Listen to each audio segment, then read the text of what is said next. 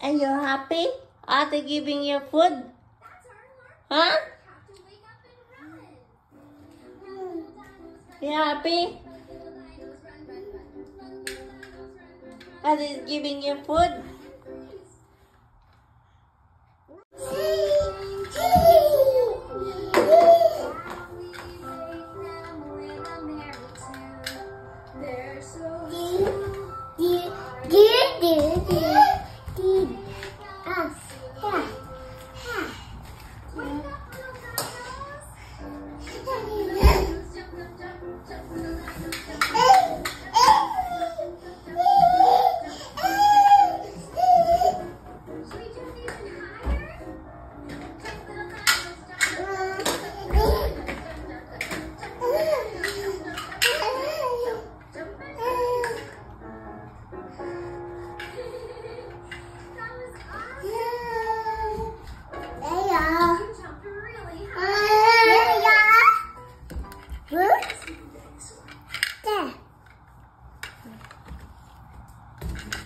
At nang may ready na nga po yung pagkain namin, ay nag-start na rin po ako kumain. Meron po ako ditong sunny side egg at saka grilled cheese din po at saka pita bread ko po at pansit canton po. Yan po yung kinakain ko. At kay Lily nga po ay eggs at saka pansit canton yung pinaulam sa kanya ni Mami. Pa-thumbs up pa po ako dito. Ibig sabihin, yummy po yung kinakain kong food. Medyo malakas na nga po akong kumain ngayon kasi hindi na po ako nag-milk. Kapag binibigyan po ako ni Mami, ang sinasabi ko po ay ew. Pero nag-milk naman po ako na chocolate o kaya po strawberry.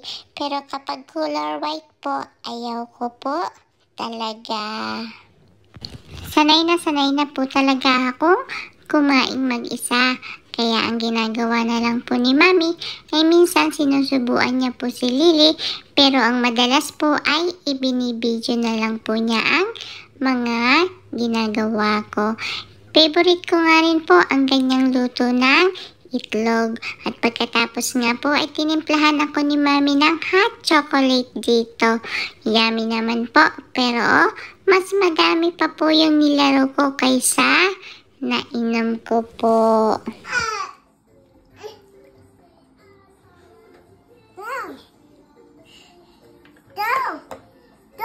No, not good, not good. You're making mess. And you're playing your hot chocolate.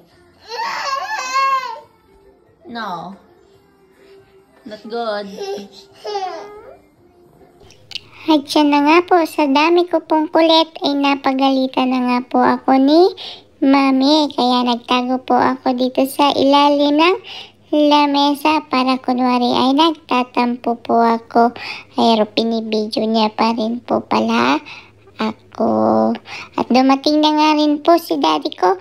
At tingnan niyo naman po, ang dami-dami niya po pasalubong sa amin.